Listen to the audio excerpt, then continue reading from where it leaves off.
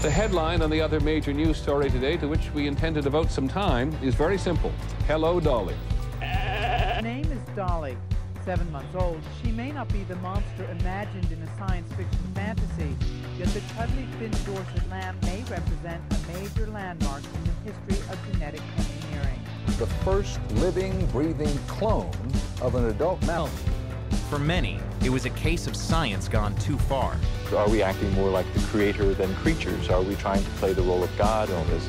Predictions multiplied about just what this breakthrough would bring. Soon it will be possible to give her thousands of absolutely identical sisters. Animals could be cloned with human diseases and new therapies tested on them. Endangered species can take heart. This is not an elaborate, sophisticated technique. It means that any decent college or graduate school student could potentially clone a human being. Recent bestseller, The Day After Tomorrow, imagine Hitler recreated from his frozen head. And it really extended to a ghoulish, icky misuse of science domain that people suddenly started thinking in almost sci-fi terms about what was now possible.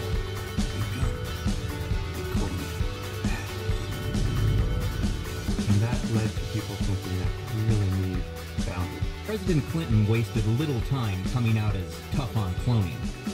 Today I am issuing a directive that bans the use of any federal funds for any cloning of human beings. It's individual, designer stem cells, essentially to grow another you. The birth of Dolly was a great scientific breakthrough of 20th century, just like space traveling or atomic bomb explosion. The world took the news in great shock, with lots of bioethical concerns and apprehensions about safety and sanctity of humanity itself. In religion's perspective, this was an attempt to interfere in God's affairs.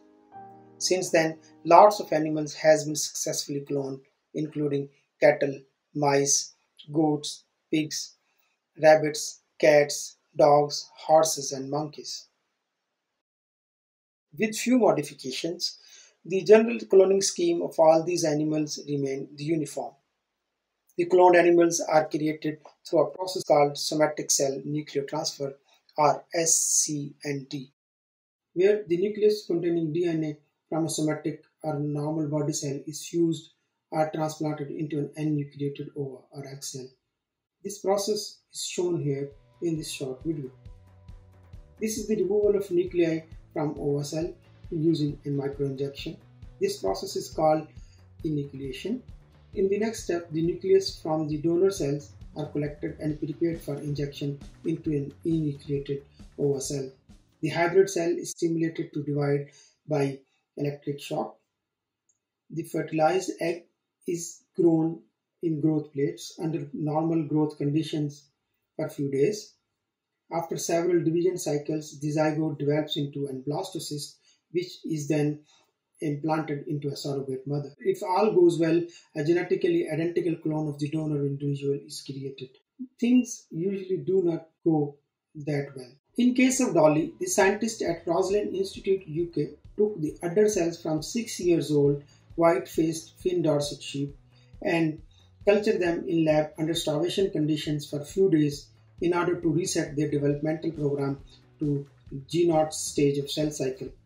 That is to reprogram them into a totipotent cell. The unfertilized egg was taken from a Scottish black-faced sheep and its nucleus was removed. The nucleus from white-faced Finn Dorset sheep was transferred to enucleated egg from the black-faced sheep. The fusion and cell division were assisted by an electric pulse.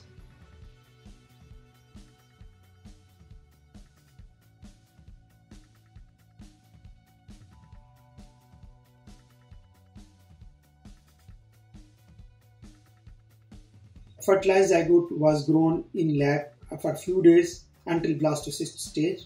Thereafter, it was transferred to a surrogate mother, which was another black-faced sheep, which finally gave rise to white-faced sheep named Dolly, which was identical to its nuclear donor. The things normally are not always that simple. In case of Dolly, this process was repeated for more than 300 times before the first fetus was successfully brought to term. But wait, do all the clones are really identical? Can we expect the identical phenotype when they grow to the age of their donors? These are the few questions which still require further clarification. In spite of this remarkable achievement, a vast majority of embryos reconstructed by nuclear transfer either die before birth or produce unhealthy offspring, suggesting that a normal developmental outcome is more of an exception than a rule. That is, successful embryo development against so many odds is not a usual outcome. One such famous example is the cloning case of copycat, where the cloned cat has a different coat color than its donor, a calico cat. The mystery of calico cat and copycat will be discussed in future in details in another video. The fundamental question here is, if not genome, then what is actually dictating the phenotype? To some extent, the components of the cloning scheme could be blamed for this altered phenotype due to deregulated developmental program. Three general factors that could affect the phenotype of the cloned embryos are: first, because of in vitro culture, donor somatic genome could be developmentally compromised even before nuclear transfer. For example, SNPs in cultured cells could easily be introduced. Secondly, host cytoplasm to which the nuclei is transferred may not be sufficiently mature to undertake the task of reorganizing developmental program of somatic nuclei.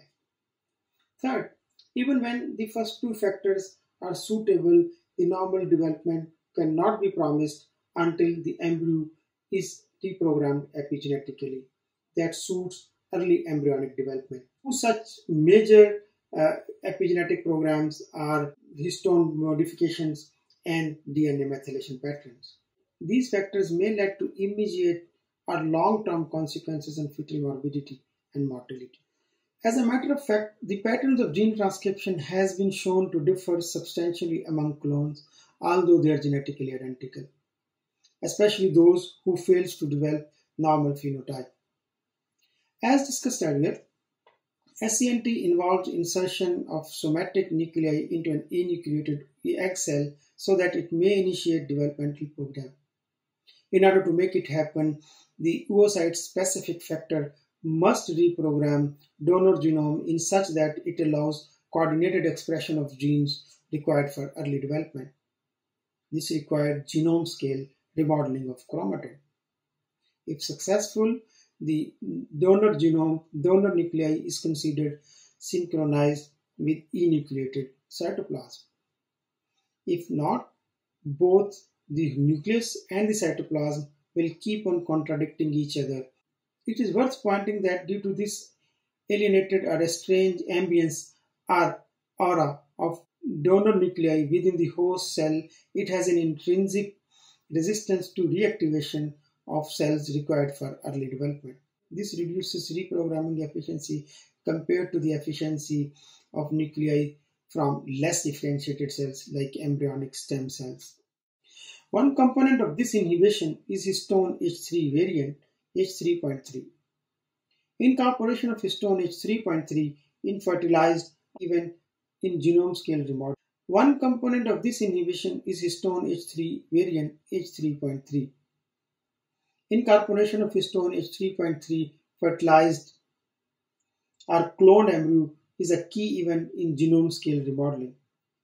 Maternal H3.3 is enriched in cloned embryos while paternal H3 is quickly removed as shown in this picture.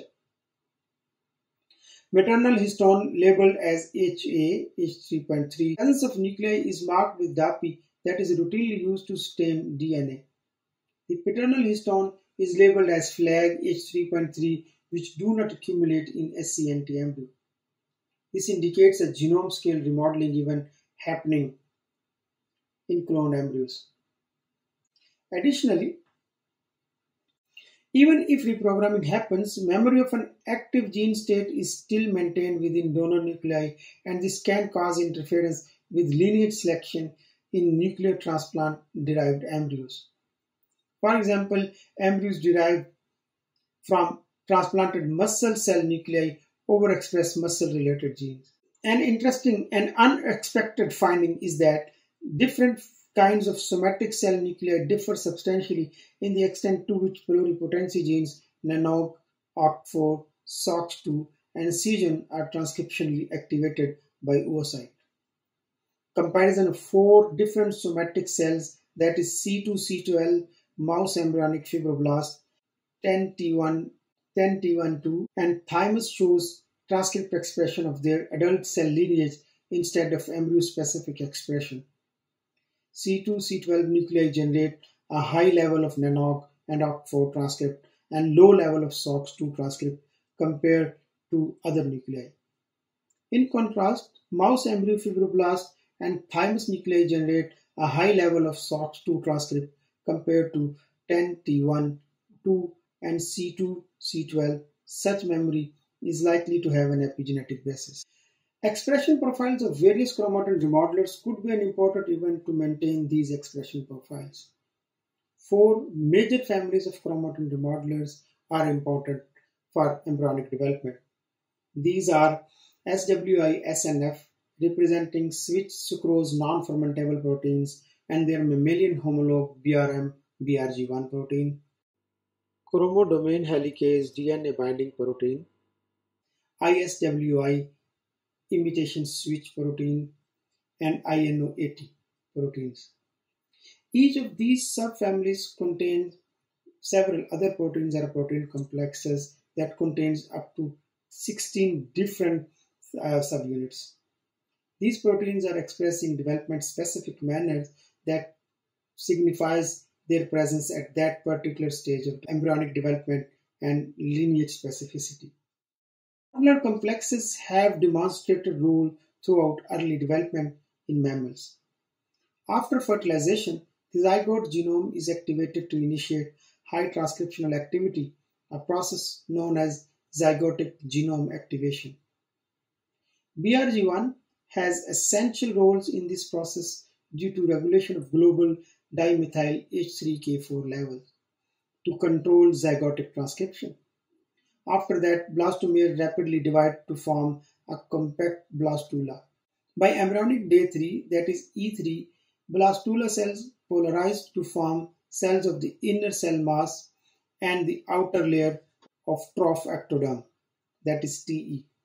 Embryonic stem cells are derived from the ICM of blastocysts and are characterized by their properties of self-renewal and pluripotency.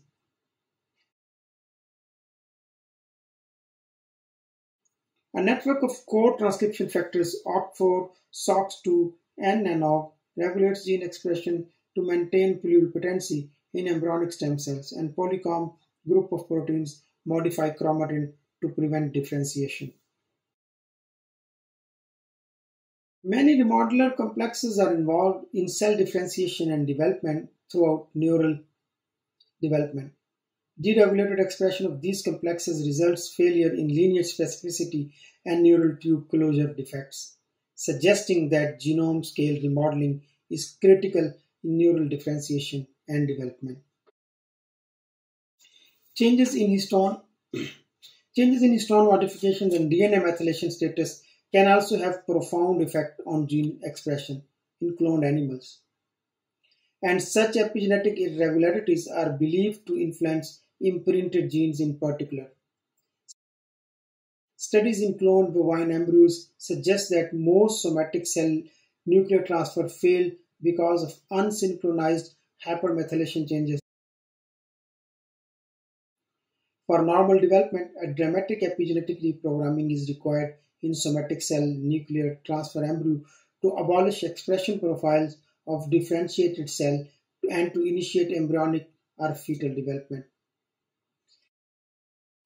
The kinetics of DNA demethylation in cloned embryos, which is represented by red line here, after nuclear transfer differs from that in fertilized embryo. Demethylation is taking place till blastocyst stage in mouse before de novo methylation, and thereafter embryo undergoes a hypermethylation of the trough ectoderm and inner cell mass. Things are slightly different for cattle embryo where demethylation continues till the onset of Morula stage, whereafter hypermethylation of TE and ICM starts to initiate normal developmental scheme. Surely, abrupt changes in these epigenetic profile may result in the execution of a normal developmental program in cloned animals, and that seems to happen in most of the unsuccessful experiments. This clearly points that normal fetal development is more of an exception than a rule. Even when the developmental program is successful, the possibility of varied or variegated phenotype in cloned animals can't be ruled out. One such example of altered phenotype is the case of copycat, which has a different coat color than its donor animals. Wait for my future video on that topic. Until that time, please keep watching Epigenetic and take care. Thank you.